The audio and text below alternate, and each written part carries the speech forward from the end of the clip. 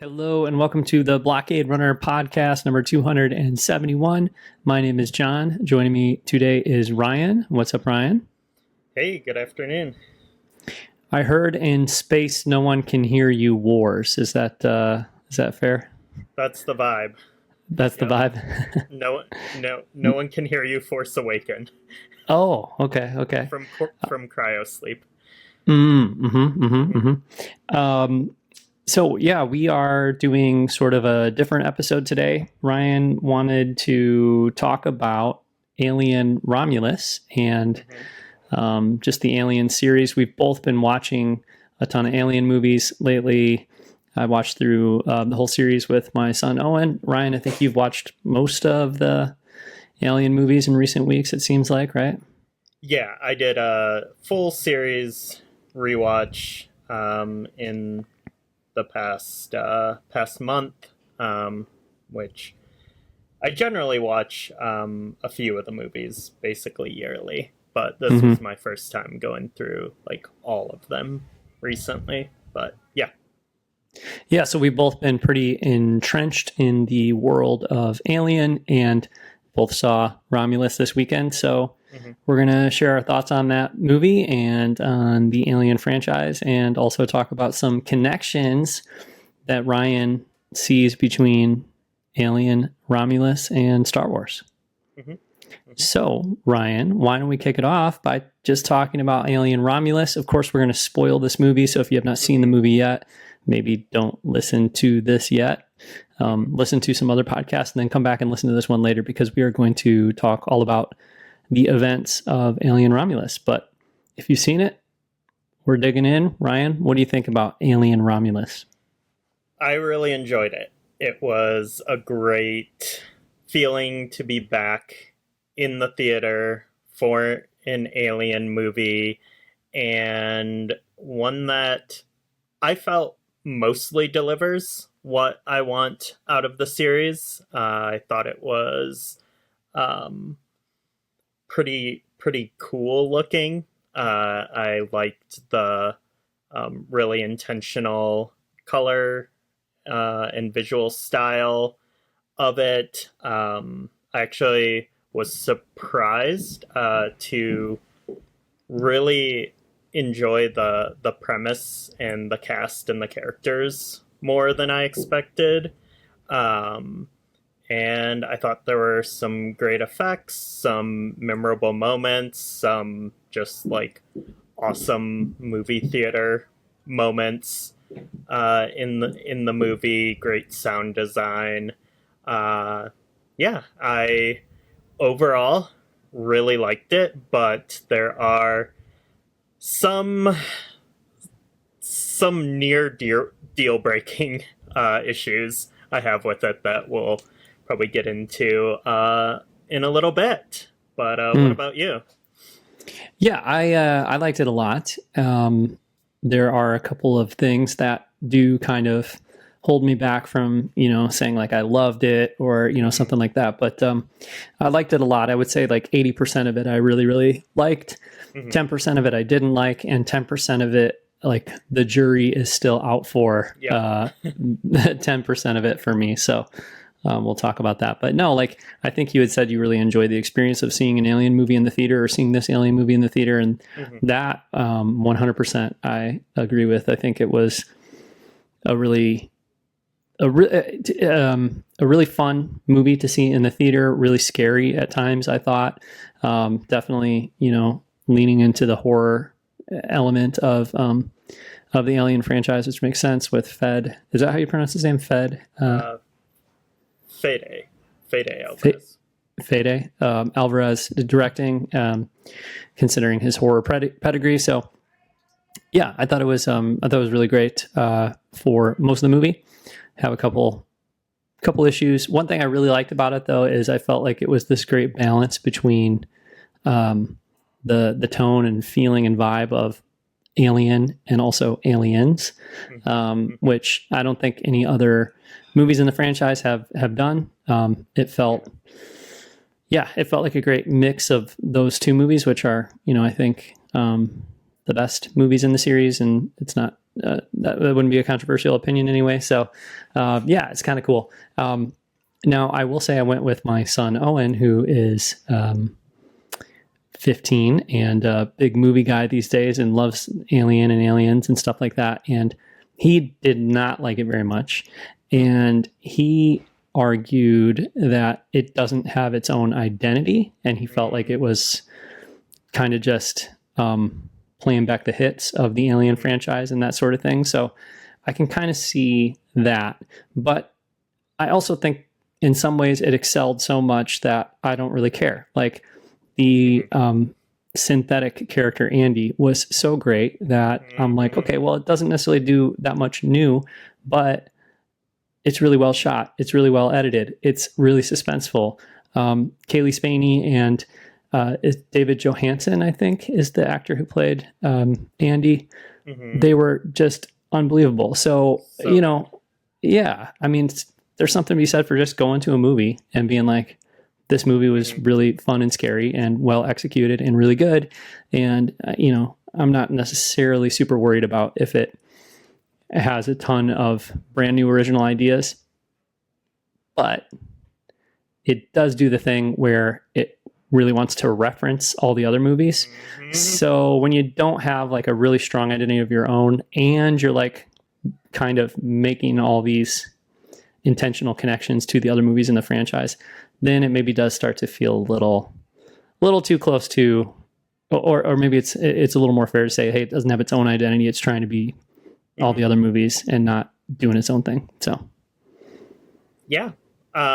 Which brings me to the way I felt immediately after leaving the theater, which was very similar to how I felt immediately after leaving the theater for The Force Awakens. And and I sent you a text as soon as I knew you were going to see the movie, and I was like, man, the Star Wars connection here is so strong. I really want to record a podcast and talk about it.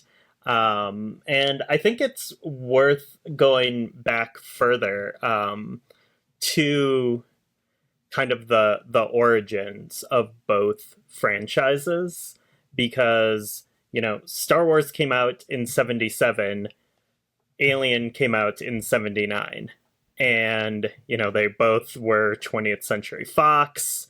And I just recently, like in the promotion for Romulus, saw this just like red carpet thing where Ridley Scott, the director of the original Alien, and Fede Alvarez were talking about their favorite movies, and Ridley Scott said one of his 4 favorite movies is the original Star Wars. And he was like, yeah, I was making, like, I just wanted to, when I started my career, I just wanted to make like these, you know, kind of pretentious, artsy, intellectual films. And then I saw Star Wars and I was like, what am I doing with my life? Like, this is the kind of experience I want people to have. yeah. And I thought that was really great. And he like changed course immediately. And obviously Alien is very different from Star Wars in a lot of ways, but it also is, you know, much more like mainstream palatable compared to something like, you know, one of his like former films, like the earlier films like The Duelist or something. So Sure. Yeah. And I mean, both, well, they don't have the same kind of like used future feeling, but they definitely both have their own kind of used future feeling instead of like that, like sparkly, clean, you know, sci-fi kind of look, which, you know, Ridley Scott continues in a way in Blade Runner 2. But yeah, and I think like, you know, one of the reasons Alien is such an incredible movie, the original Alien, is the the cast of characters in that movie too. You know, like it's a monster movie, it's a haunted house in space movie, but there are some really incredible actors and performances there. And I think, you know, Star Wars is, I guess what I'm trying to say is that they are very different movies in a lot of ways, but each of them I think kind of puts the human element more in focus than some other science fiction movies do, the ones that maybe don't always connect with that more mainstream audience. So I think there's definitely that too. I think they both transcend genre too. Like, yeah. And they both also like meld genres. Like right. Star Wars is space fantasy, Alien is space horror. And they're both just so expertly crafted with such a clear vision that, you know, I think that's why they're successful. And they were like neither Alien or A New Hope are like wholly original films. It's not like these are ideas that people had never seen on the screen before, but it's the way that they combined and you know, just the level of craft of these synthesized elements from like different genres and different kinds of movies and then made something new, right? And just having like the exact right people, you know, it was also like the beginning of the new wave of special effects boom that was happening, that it wasn't just, you know, kind of like the corny stuff, you know, from previous years and decades. It was, you know, it's always been an art form, but I think a lot of it wasn't, you know, special effects and makeup and all of that weren't always the top priorities for films, or films just didn't have the budget for it. But I think, you know, we started in the 70s in both science fiction and horror. You know, from the 70s to the early 80s, there was just so much growth in the art form of special effects, and so much happened, and obviously people would talk to each other, they'd see each other's movies, and then it would like just push people further, and then like the, you know, young people who were watching these movies decided to get into the business because of all of this. And, you know, there was just so much unprecedented growth from like I guess starting with Star Wars going through the mid 80s. And both Alien and A New Hope are really instrumental in that. Yeah, and speaking of the mid 80s, James Cameron too has talked about driving a truck and, you know, being inspired. I can't remember if he said, he probably has said both at very, you know, for different reasons, different times, but I can't remember if he said, you know, that story he tells, like I was driving the truck and I saw, I think it was Star Wars, you know, and I thought I've got to make I got to make movies, or, you know, whatever. I got to get off my ass and like do this, you know, it's now or never. It may have been Alien, but obviously, you know, James Cameron went on to make Aliens, and we know that he loves both of those movies and was inspired by, you know, each of them. So, and Ryan too, another thing I was going to bring up, you know, after having watched all these Alien movies in the last few weeks, and I know you've been watching some of the behind the scenes stuff too, and I've been a little bit, not as much as I'd like, but you see a few names pop up, and I'm sure I'm missing a lot of them that, you know, have worked in both of the series, but, you know, like production designer Norman Reynolds of Star Wars is involved in a couple of Alien movies, I think. Ken Ralston did special effects for at least Alien 3. I'm not sure if he worked on any of the other ones. Phil Brown, Rick O'Lee himself is in Alien 3. So, yeah, and I'm sure there are other examples as well. But yeah, there's certainly some crossover in that regard too. Yeah, I mean, Brian Johnson as well. Yeah. Lots of crossover. And I think something interesting too is these are... Oh, David Fincher. Sorry. David Fincher worked on Return of the Jedi and worked at ILM when he was like 19, 20 years old. At ILM. I totally forgot Yeah. about that. Yeah.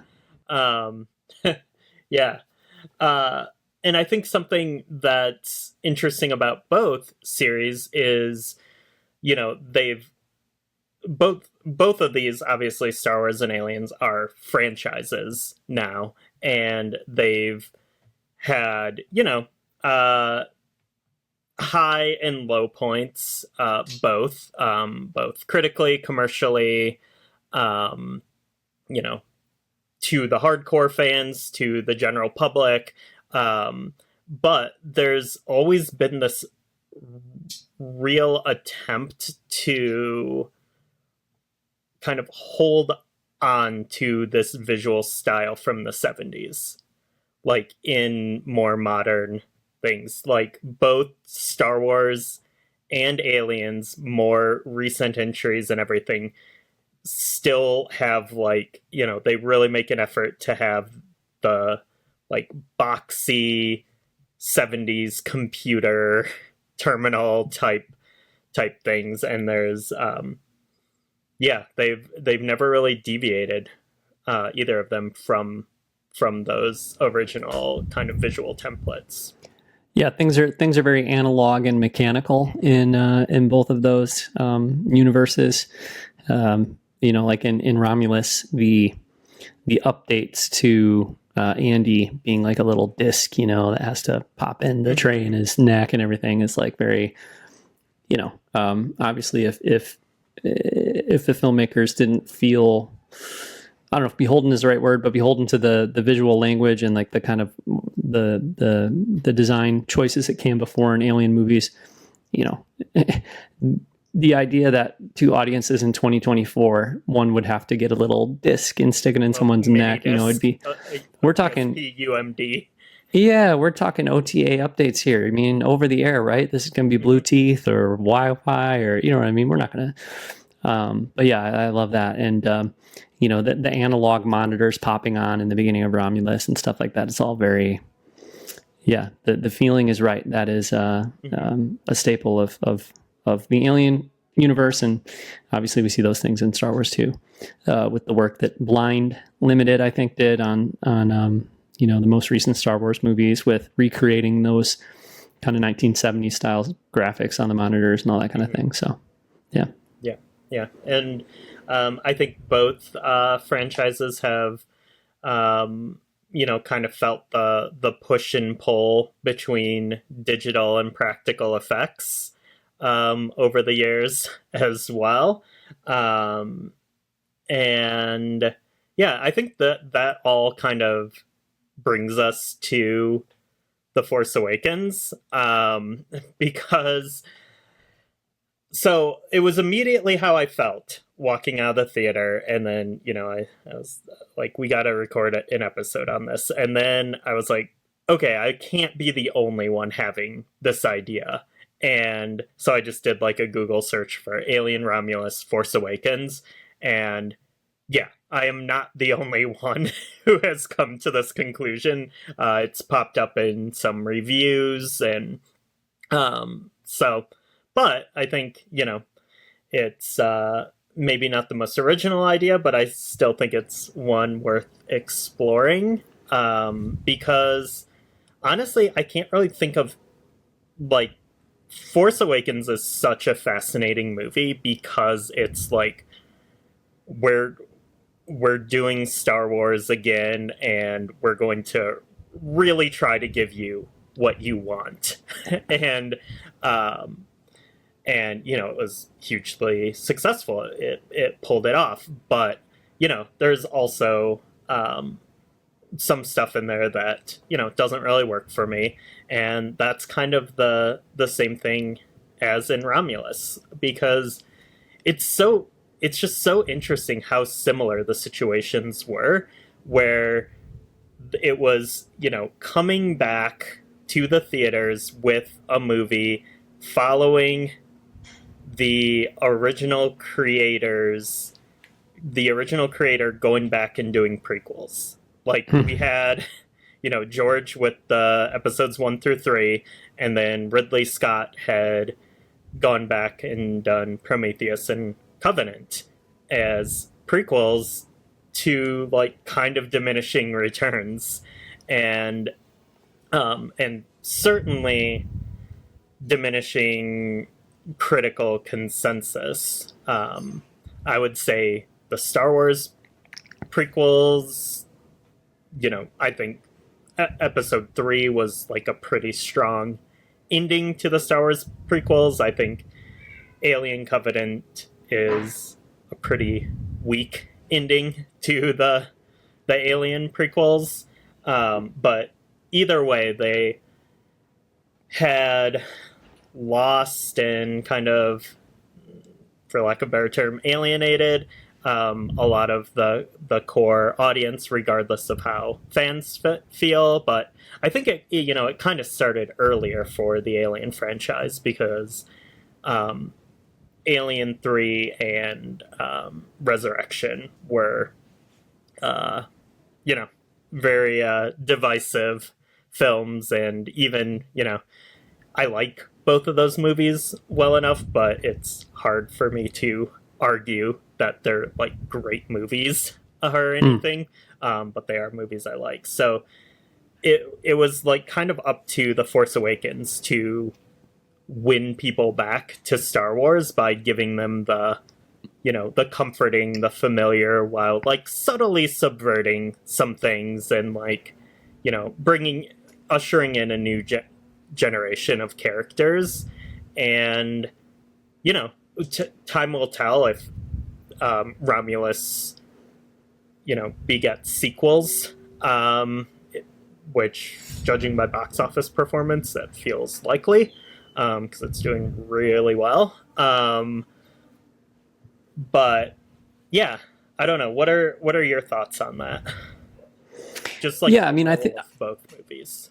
I think there's a lot of similarities. I mean, I think like with the prequels, I feel like obviously the Phantom Menace made the most money of the prequels, but they're not quite the same trajectory, because I think, generally speaking, Revenge of the Sith is like the most well regarded of the 3 prequels, and I think it didn't make as much money as the Phantom Menace, but I think it made as much money as it probably should have made, you know what I mean? And was kind of expected to make, because like even with the original trilogy, it's like Star Wars is the big, is the biggest, and then they kind of drop a little bit. And you see that with like, I'm not sure about the Lord of the Rings, but like you see that with most of these kind of big like franchise movies, like especially if there's a ton of anticipation for the first one, which practically no movie has been more anticipated than the Phantom Menace. Like that one's always going to be like the biggest financial success, but like the prequels did well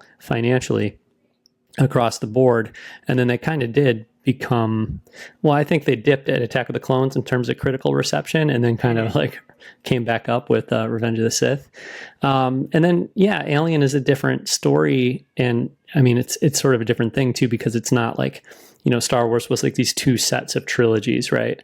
Whereas like with Alien, it was more like, well, every couple of years somebody ended up making another Alien movie, and they're not necessarily quite the same kind of like, the same sort of thing in that regard.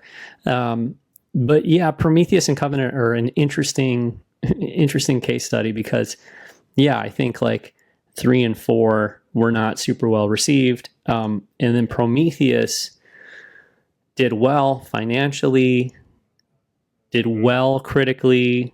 I don't know if it did so well with audiences in general. I mean, it made money, so it did okay, but I don't think I think it was an intentionally challenging movie. And, I just watched the Prometheus and Covenant again last week, and it's interesting to me that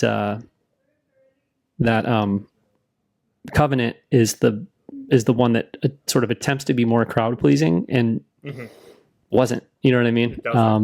Yeah. Like Ridley Scott refused to include the xenomorph in Prometheus until the last 2 minutes or whatever, and then that ends up being the one that people like more, including myself. I like it considerably more than Covenant. So yeah, Covenant to me, we're not going to talk about that, but Covenant to me was just like, too many ideas and trying to be more than one movie in just one movie, and it doesn't really work very well for that reason to me. So, but yeah, I mean, certainly, I mean, Covenant wasn't super well received. The series kind of went on ice for a while, and then yeah, it's a little bit up to this one to restore it. The other big distinction I would make, though, is that, of course, like, there was so much riding on The Force Awakens, and it was so anticipated. Whereas Romulus was originally just going to go to Hulu, and then, you know, last minute they were like, well, no, you know what? We believe in it. Let's put it in the theaters. Let's see how it does. It's not quite the same thing as, you know, J.J. Abrams, like, Force Awakens is on your shoulders. If you screw this up, like, it's a monumental disaster. You know, I feel like if Romulus came out and did, you know, was as well received or successful as Covenant, it wouldn't have been really that big of a deal. You know what I mean? It would have been a bummer, but I don't think the sky would have fallen. If The Force Awakens had turned out to be critically panned, or even worse, like, not well received by audiences, it would have been a disaster. You know what I mean? So I think there was a lot more pressure on The Force Awakens, I guess, is the succinct way to say that. For sure. But I think, like, as for fans, though, I personally have been more excited for Romulus than I was Prometheus or Covenant. And I was, like, relatively excited for Prometheus, and I like that movie a lot. But Covenant, just, even from, like, the announcement, I don't know, something just felt off about that to me, and it just wasn't, I don't think anyone was really chomping at the bit for that movie. But I feel like Romulus was kind of like, there was this promise of, like, hey, we're going back to horror, and like really, really leaning into that element. And I would say, like, I mean, that's like all the marketing was, all the interviews, all the talk around that movie.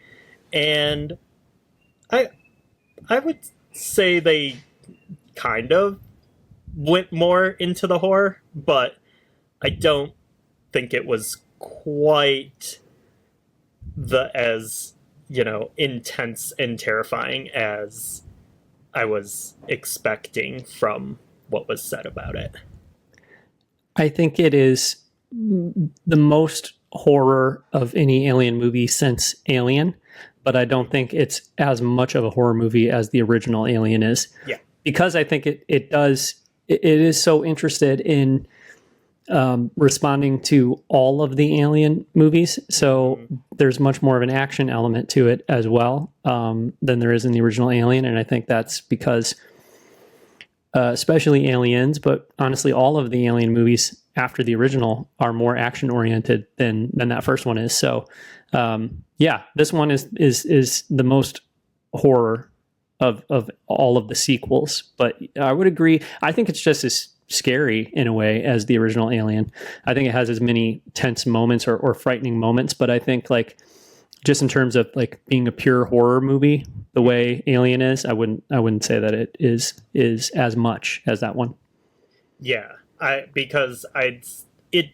the original Alien holds, like, a consistent sense of dread. Like, after, basically, once you're, like, 20 minutes into the film, it's, like, unrelenting dread, like, throughout the movie. And this one, I would say, has that to a degree, but then there's just these very big, like, loud action set piece moments in there as well that, like, really kind of take you out of that, like, intimate horror experience. Like, once you've got, like, a spaceship crashing into, like, the rings of Saturn, like, you're like, okay, I'm not really, like, as scared of, you know, the skitter of face huggers.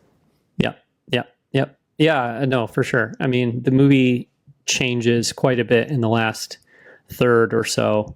That's one way. It becomes much more action oriented. And then, of course, also it shocks, it surprises, it takes a twist in a way that, really changes the tone. So yeah, I feel like I don't know if it's the first 70% of the movie, the first 80% of the movie, I think is what was advertised and what I expected for the most part. I mean, a little more actiony, I guess, but I think the action really ramps up in those last 20 minutes or whatever they are. And, the vibe changes quite a bit in those last 20 minutes or whatever too. So, I think I've gone back and forth on the big, kind of last 20, 30 minutes of the movie in my head, the last 24 hours or so. And I don't know if I love it, but I think I love that the movie went there and went in that direction rather than not. I mean, I think I might have been more satisfied with the movie if it had been safer and just done what it was doing for the first 80% and then wrapped up. But I don't think it would be that memorable. And I don't think it would be we're 7 movies in. I think, and especially after Prometheus and Covenant, I think it's kind of necessary to not reinvent, because I don't think it does much to reinvent, but at least kind of push the envelope or try to take some risks and not just, I think it would have been, it would not have been original enough. If Owen's right and it doesn't have his own identity, it would have really had no identity had it not kind of gone for those risks at the end of the movie. So, yeah, I don't know how I feel. I guess I feel like maybe as a viewer, I wasn't quite as satisfied as I might have been, but I think it's a better movie, or at least I respect it more, and I respect the decisions it made, towards the end there. Okay, interesting. Yeah. By which I mean the baby alien man thing. That's what I mean. Yeah. The aliens are us. The aliens are mankind, and they're terrifying. Yeah, I would say the movie was very close to losing me. I was so on board for such a long time into the movie, and I'm just sitting there like, this rules. Like, this is great. And then every once in a while, we still have to get to this stuff. There'd be like a very overt wink, nod, grab you by the shoulders and shake you and tell you that it's referencing this thing from another movie, that would kind of pull me out. But then it's just the Kessel Run comment in Force Awakens, where I'm like, ugh, and then it immediately pulls me back in with something cool. And so there was that stuff, but then once we got to the spaceship stuff, where we're just looking at the exterior of spaceships for a while, then I'm like, oh man, is this just where this is going? Have we jumped the shark? Have we lost the plot here? I don't care about this. This isn't what I want out of this movie. And then it kind of reins it back in. And then we have the finale of the film. You've got Rain kind of they're getting ready for cryo sleep. She's walking around in her underwear, and you're like, okay, this is exactly the end of Alien.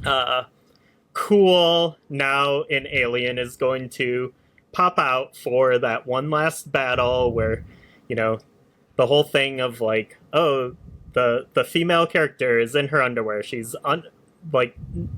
so exposed and so vulnerable, and it's okay, well, cool, that's something from 1979, and now we're just gonna see a regular alien here, and she's gonna fight it off, and then it's this giant sickly baby man Slender Man thing, and I'm like, okay, that's good. This is actually this is really unsettling. when it stands all the way up and it's like that kind of like profile view, I'm like, wow, that's really really unsettling, unnerving, and I like it. And I think it's not just a, and then the pieces kind of clicked for me, and I was like, okay, this is not just a scare, gross out attempt here. Like, this is like the kind of MacGuffin of the movie, which is this this medicine, this injection, this drug that injects people with humanity, with the alien DNA, so that, like, you've got Ian Holm there, Rook in this one, saying like, no, it's not the alien that's the perfect organism, it's humanity, and it's through this method. And then you see that method and you're like, okay, that's awful. Like, because it's not just this creature in this moment, it's like, this is the vision of people for, like, this is the vision of what humanity could be according to some people. And I think when that kind of like clicked for me, it was like, wow, I really love this. Yeah, the design, I don't know how it could have been more satisfying to me. I mean, it is horrific, but it was, to me, it was laughable at first, almost. Like, the first time I saw it, I was just like, what is this baby man thing? You know, I don't know. Like, and the longer I spent with it, the more, like, kind of unsettled I was by it, and the more I was like, okay, I can go with this. But I do think, I don't know, I mean, I'm not an art designer, but I do think there probably was a way to make a human looking xenomorph, or a xenomorph looking human, a little scarier and a little less, I don't know. I'm not sure. I think it's the face. I don't know if it's just the face or what, but it's a little silly. It's a little silly. And you know, I like your reading there, in terms of the big ideas of it. And maybe that's there. I probably need to watch it again. You know, I kind of felt like it was pretty tried, or trodden, I guess, ideas for an alien movie. Like, the synthetic is, you know, wanting to play God. Well, we certainly saw that with David and with, what's his name? Is it Walter in Covenant? And, you know, like, I'm not so sure that the big revelation is that, oh, it's actually humanity that's perfect. It's not necessarily how I read it. I think it was more like humans are going to destroy themselves, or they're not going to be able to survive. We've sent colonists out into space and they're dying all over the place. The only way this is going to work is if we engineer them and modify them and use this alien, the xenomorph DNA, to improve their weaknesses. And, you know, for me, it was like, what's his name? Rook was pretty mustache twirling in some ways, you know what I mean? And I just felt like it was him being like, I'm playing God here. And like, I don't know that he cared that much about humanity or proving that humans are like the ultimate, you know, life form in the universe, as much as he was like, you know, I can do this, and you're not going to stop me from achieving this kind of thing. You know what I mean? So, and I don't mind that he was pretty evil, and came across that way, but I guess I'm having a little trouble kind of reconciling some kind of, you know, sort of beautiful conclusion about humanity with this droid just wanting to kind of like, you know, manipulate things so he could play God, which is definitely an idea. You know, like I said, that is an idea that this series looks at. So I think maybe it was, for me, it just felt like more that it was continuing to explore that. And I don't have a problem with that, but you know, it didn't necessarily blow me away there. Okay. So I thought, and I need to see it again as well, but I thought he was doing this on behalf of Wayland Yutani, and that was the vision. And, you know, he like, there's even like the reference, like, oh, this is what I think Peter Wayland. This was his dream, the Prometheus or whatever. Yeah, but I mean that would be quite. I mean, this movie itself is like Wayland Yutani is an awful, evil corporation that just on it for no reason decides to double somebody's indentured servitude. You know what I mean? And if there's one thing these movies have been clear about, it's the idea that Wayland Yutani is like the ultimate example of corporate greed and selfishness. You know, so I think it is their vision, but again, I think their vision is always, you know, self-involved and greedy. You know what I mean? So, Yeah. So maybe it's not a revelation per se, but it's like a through line. Yeah. And Yeah. like this was, you know, obviously something that I feel like if Ridley Scott was kind of like, if the point hadn't been made clear enough, I'm gonna make Prometheus and like really stamp this, that like where this all kind of comes from, this drive for, like you said, playing God, Wayland's quest for immortality, etc. Yeah, and that's part of why I, you know, initially like sitting in the theater was not loving where it was going, but then, you know, before the movie was even over, I was thinking about it and I was like, well, like Ridley Scott's own continuation of the Alien series is very invested in and interested in like big ideas like this. Like he pretty quickly moved away from, I mean, it was only his own second Alien movie where there's like not even an alien in it. You know what I mean? Like I don't think to Ridley Scott, the series is about, you know, scary aliens in claustrophobic hallways on space stations. And that's what a lot of this movie is about. But I that's why I kind of went with it, you know, in the end, that it took this kind of big risk and went in kind of a wild direction. Again, I think for me personally, it probably, there's ways it could have been like the creature design is one thing that would have, you know, if it was a little different, I think I might have I might have been more on board with it. And there were some other things that I was pretty iffy on in this movie leading up to this. So that, you know, kind of hurt it a little bit for me, but I think it's very interesting. And, I like the ending. I think it makes the movie less even. It's a little more of an uneven movie overall, but it's an ambitious one. So I think it's pretty interesting. I'm certainly curious to see like if they'll continue this story, if they'll follow this further, and if they are, where they're kind of going. But too, like, I mean, I think you sent me an interview at some point, Ryan, with the director, and he was sort of like, I forget, you know, obviously I don't know exactly what he said, but sort of intimating like, I'm not looking to make a movie with a bunch of big ideas. I'm just trying to make like an entertaining, scary movie, you know? And so I wonder, like, are there some big ideas, some rich ideas to follow this up on or not? You know, like, I'm not so sure. Where like, if this was Ridley Scott, I feel like I'd be more like, well, he's cooking. Yeah. But with Alvarez here, I think the way he cooks is just by making, and I say this having never seen any of his other movies, so this is a very uneducated comment, but okay. Yeah, but I feel like the way he cooks is just like, I'm going to scare the hell out of you, or, you know, I'm going to make this really entertaining and visceral. And like, that's the goal.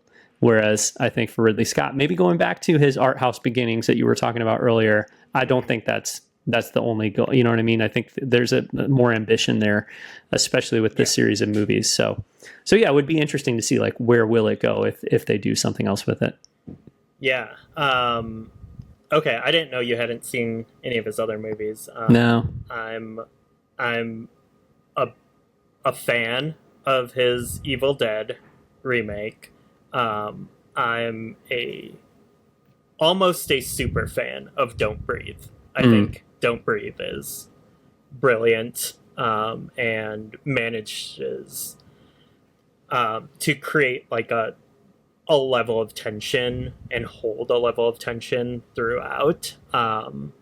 Evil Dead was a bit more over the top because it's Evil Dead, but Don't Breathe was really cool, and I liked how there's actually to me it feels like an homage, or maybe it was just playing to his the natural conclusion of playing to his strengths. But the scene where they had to drop the temperature to their body temperature and move like silently through that space with all the facehuggers gave me like major Don't Breathe vibes.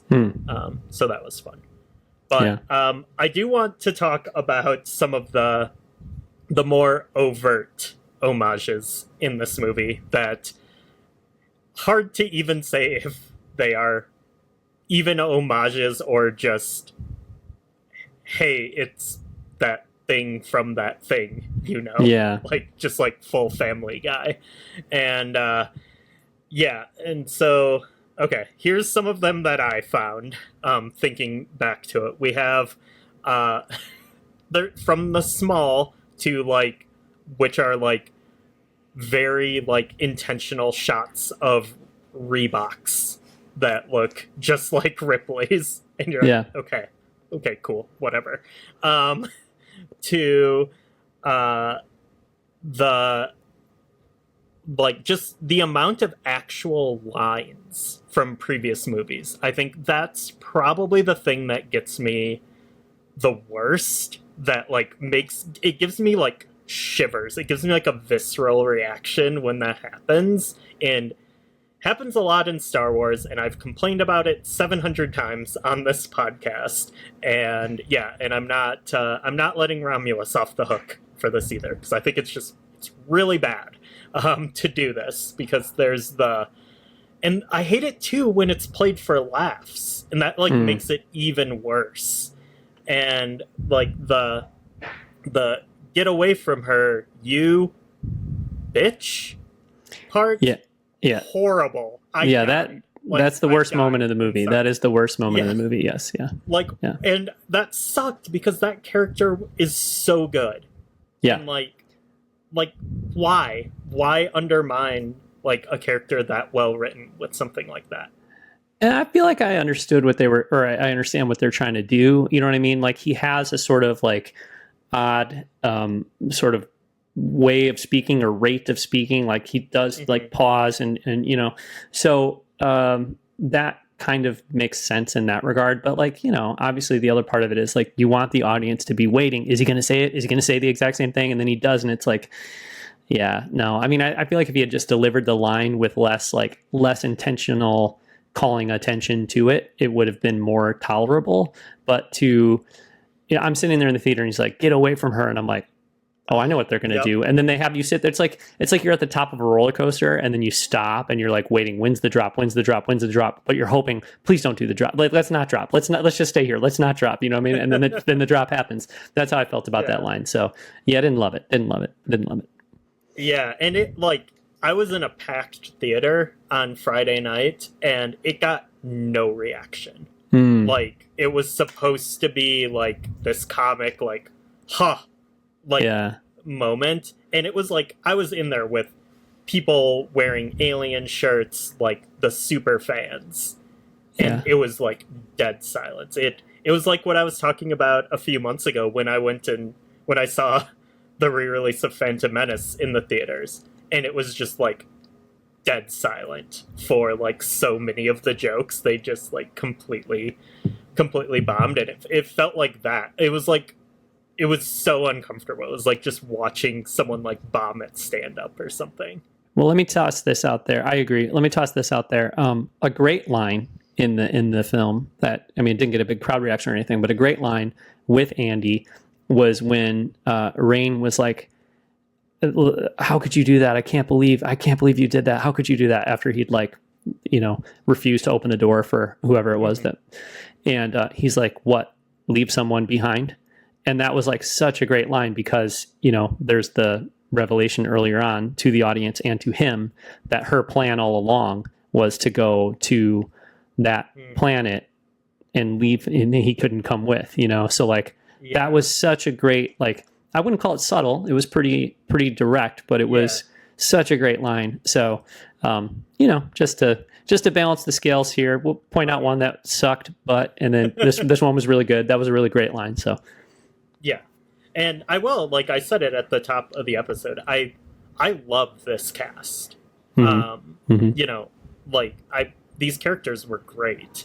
In one of the interviews I read with Alvarez, he said that he wanted the cast to feel like they came from a third world country, because that was his upbringing and the perspective he brought to it, where it's like people who are just so desperate, dreaming of a better life, that they will do anything and they will sacrifice anything. And I think that like comes across really strongly here. And you know, there's so many parallels that could be made to just modern life, and the stories we hear on the news and everything there. And I think like he pulled that part of it off. And then also, like, the characters were just entertaining. Like, even the really, like, shitty dude was, like, still pretty entertaining. And, you know, I mean, I was glad he died very early. But it's the same way as, you know, the same as a character like Hudson, or someone where you're like, okay, you're, like, really annoying and you're kind of a dick, but like I'm entertained by you. Yeah. But I'm also like not heartbroken when you eat it. And I was thinking about that, how the last, you know, hit or miss, the cast of the Alien movies, like I think this was like the best defined cast since probably Aliens. I like the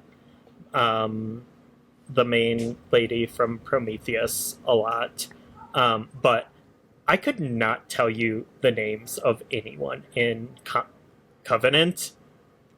I mean, Danny McBride's character is named Tennessee, because I just remember that, and he's really good in that movie. He is really, really good. I mean, I remember when the Alien movie or the Halloween movies were being made, and obviously he co-wrote all of those and co-produced them and stuff. And part of me was like bracing myself for when he would end up in one of the Halloween movies, thinking it would take me out of it or it'd be over the top or too much or whatever. And like, I think he was perfect in Covenant in terms of like not being too Danny McBride. He didn't show up and, you know, like if Seth Rogen was in Alien Covenant, you'd be like, I mean, maybe he would be great too. I don't know. Maybe he would, but you'd be worried like he's just going to come in and do the Seth Rogen bits, and it's just going to be like, oh, I'm watching Seth Rogen in space. You know what I mean?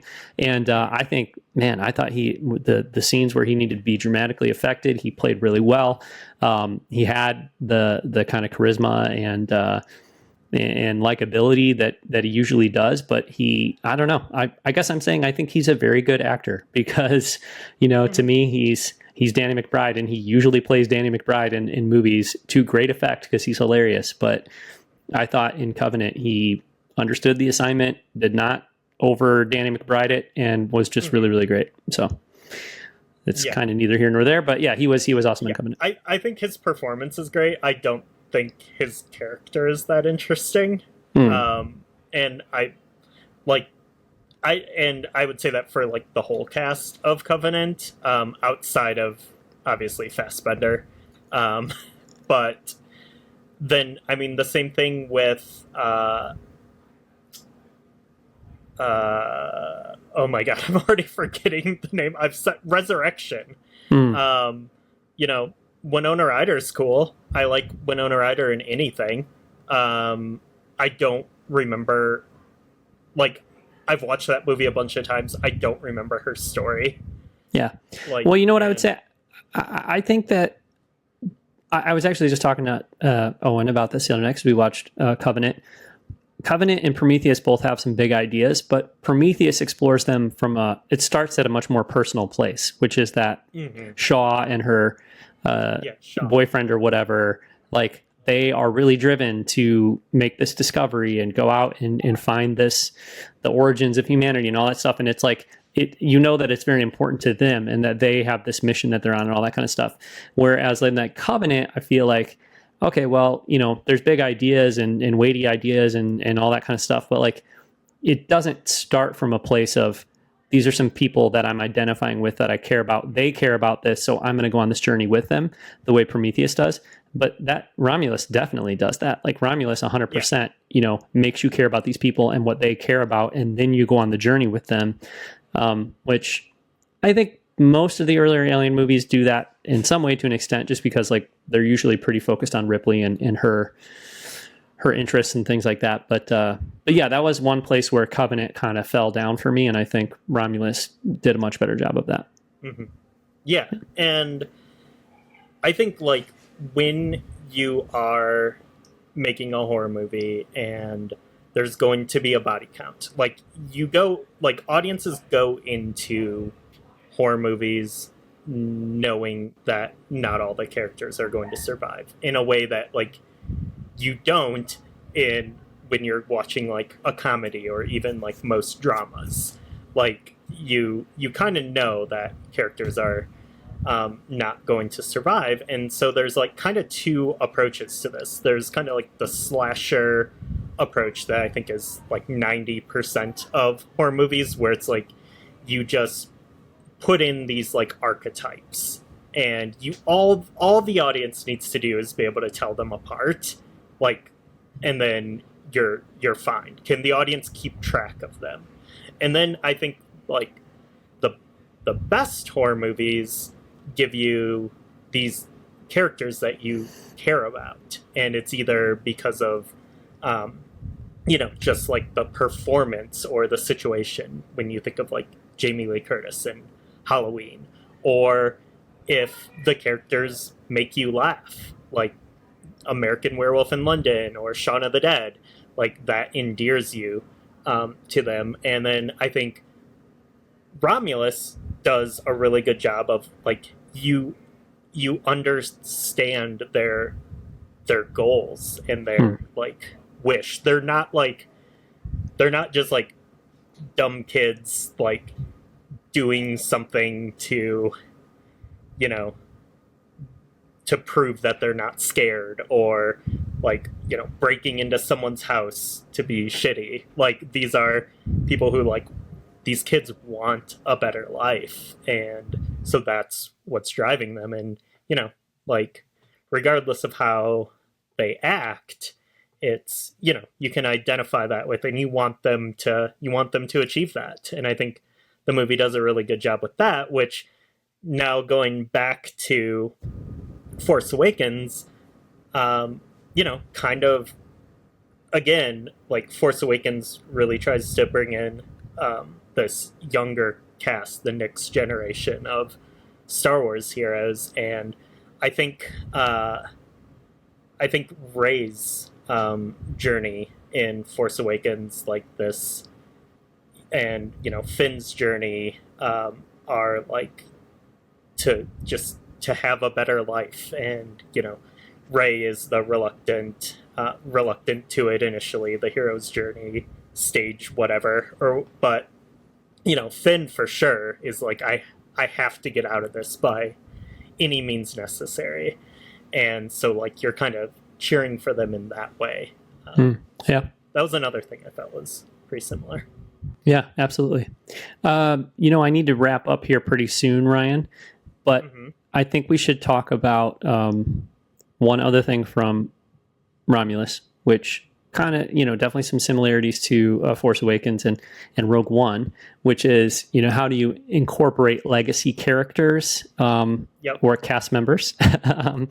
And so using Ian Holm, I think in a story sense, well, I shouldn't say, I guess having a synthetic character who looks exactly like, the actor from Alien, Ian Holm, makes total sense in the universe of the world of Alien, because you know that they look the same, like they so that's fine. But the experience for me as an audience member being like, oh, okay, so that's who it is. If it was just a brief little scene and he was in there momentarily, I was like, oh, they're not even really going to show his face. It's going to be more like one of those, because he was like in silhouette to an extent or covered in shadow. I thought, oh, we're not really going to see him and it's going to be fine, whatever. And then that was like, no, actually, he's going to be like a full-blown character in the movie. And I think it looked better as it went, or maybe I just got used to it. But initially, I didn't think it looked very good. It looked so anyway.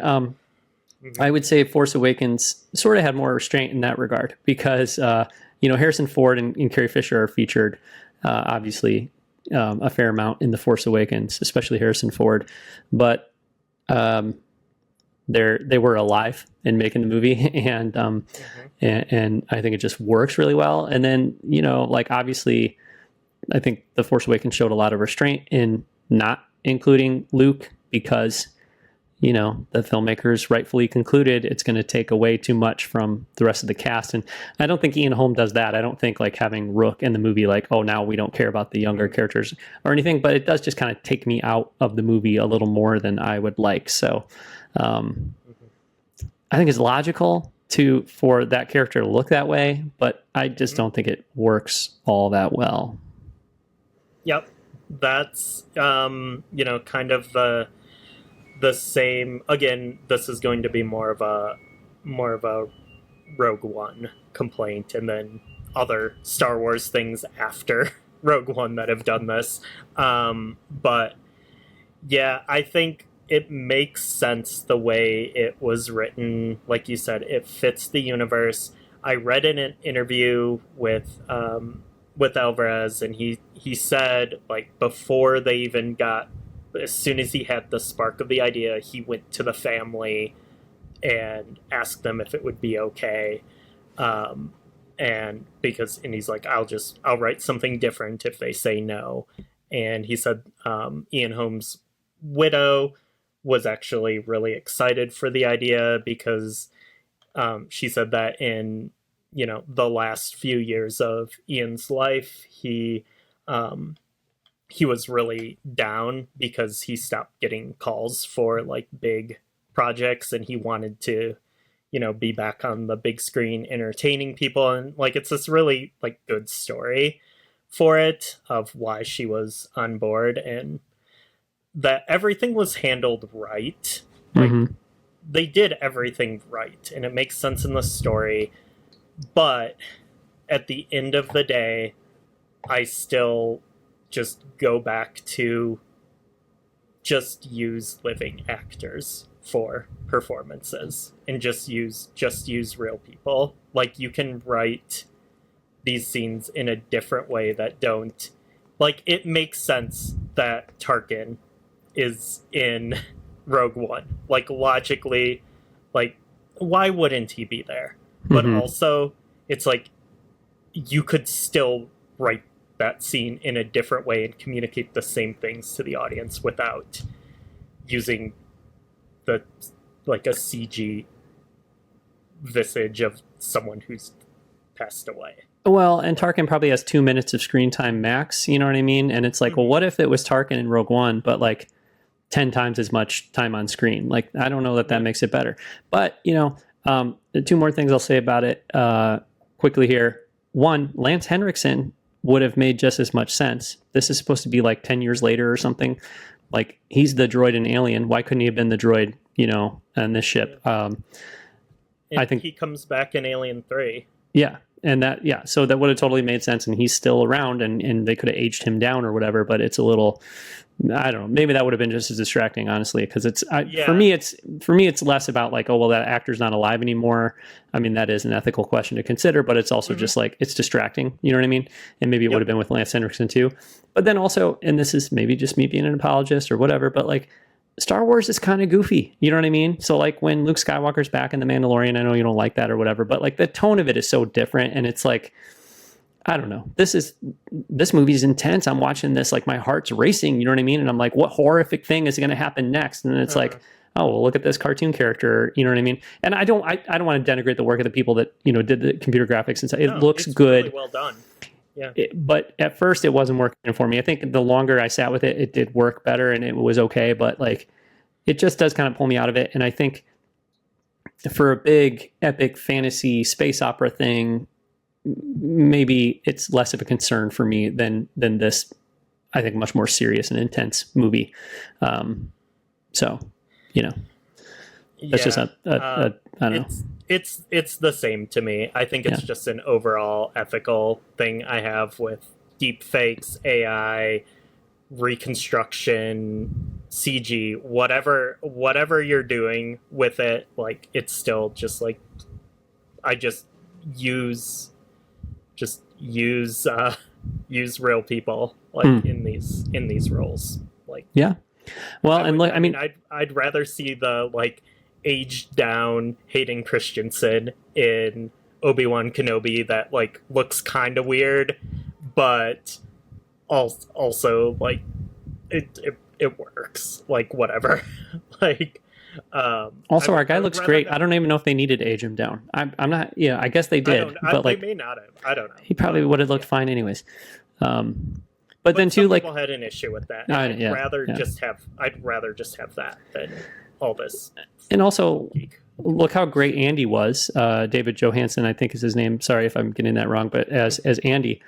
And so, you know, are we missing the opportunity for another actor to, you know, create a really great new synthetic character that could have been playing that role? You know what I'm saying? So, I don't know. Swap that chip. Yeah. Boom. Well, I guess that could be too, but I meant more like, I mean, it could be anyone. It doesn't like the audience doesn't have to go, hey, I saw that guy in the other one. It could just be a different synthetic, and that would be fine, right?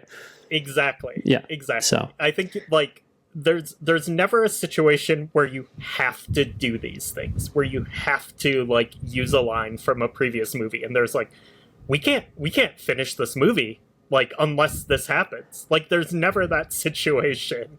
Yeah. And it's like these are choices made, and I get the intention, and maybe for like people who aren't us, it's fine. But I also think I've heard from quite a few people, like, I guess maybe we're just like so deep in this stuff that it's like really annoying to us, but like regular people just don't care about it. But it's like, man, just you don't have to do this.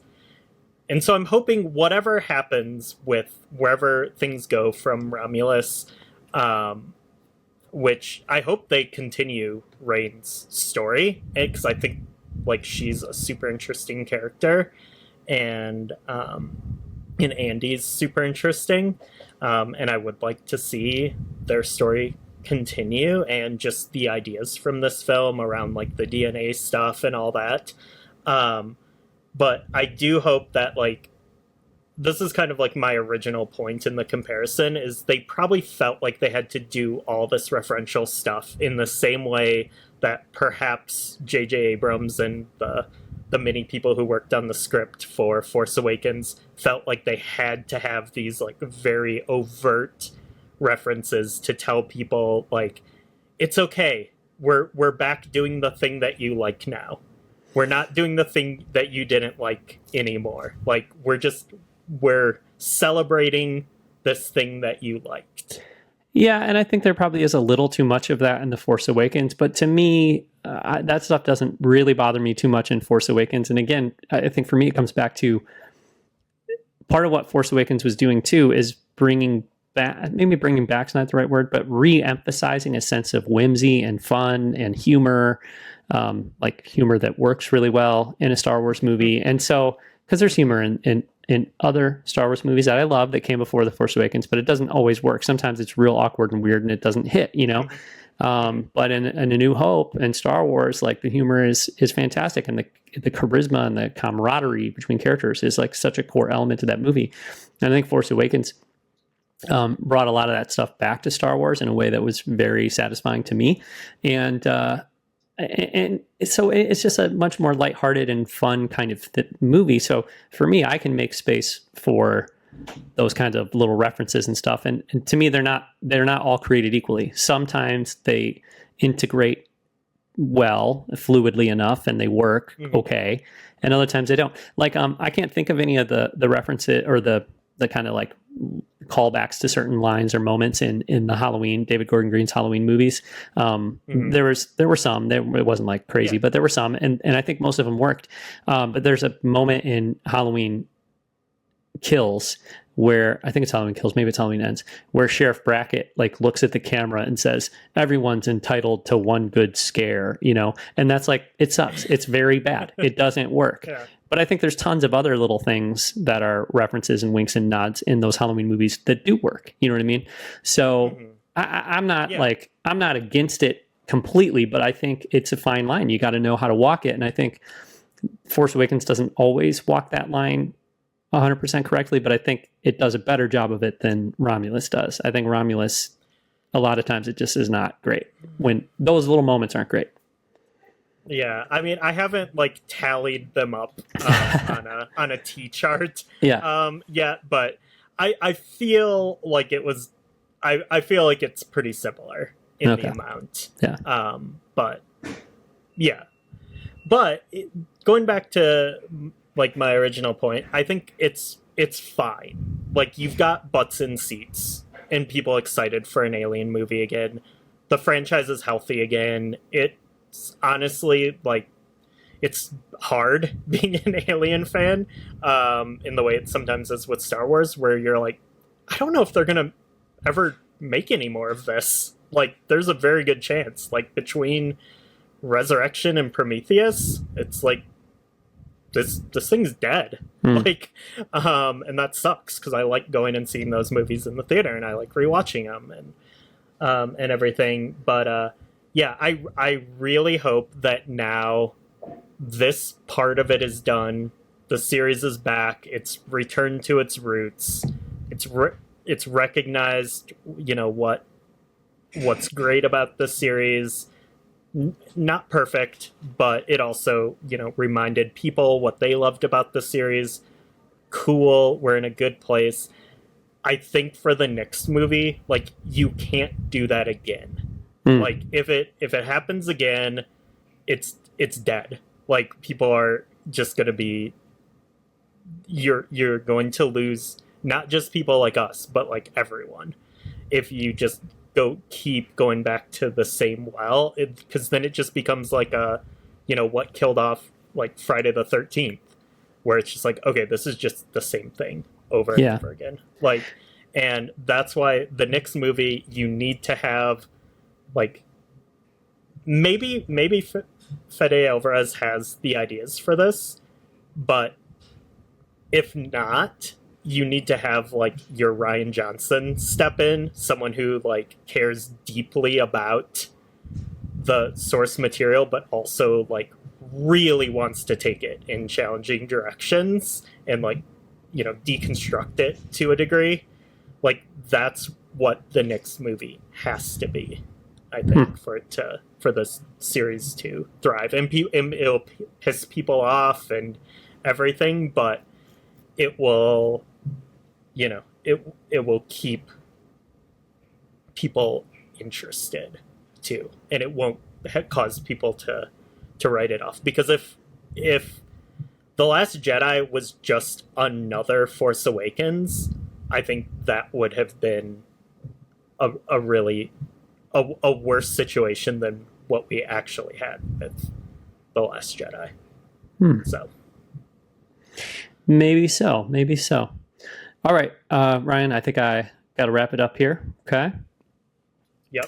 So this was fun, though. This was an interesting detour for us here on the Blockade Runner podcast. Kind of fun to talk about a different film franchise and, of course, the connections between it and Star Wars. So next time we're back, I assume it'll be a little more of a traditional episode for us. We'll see.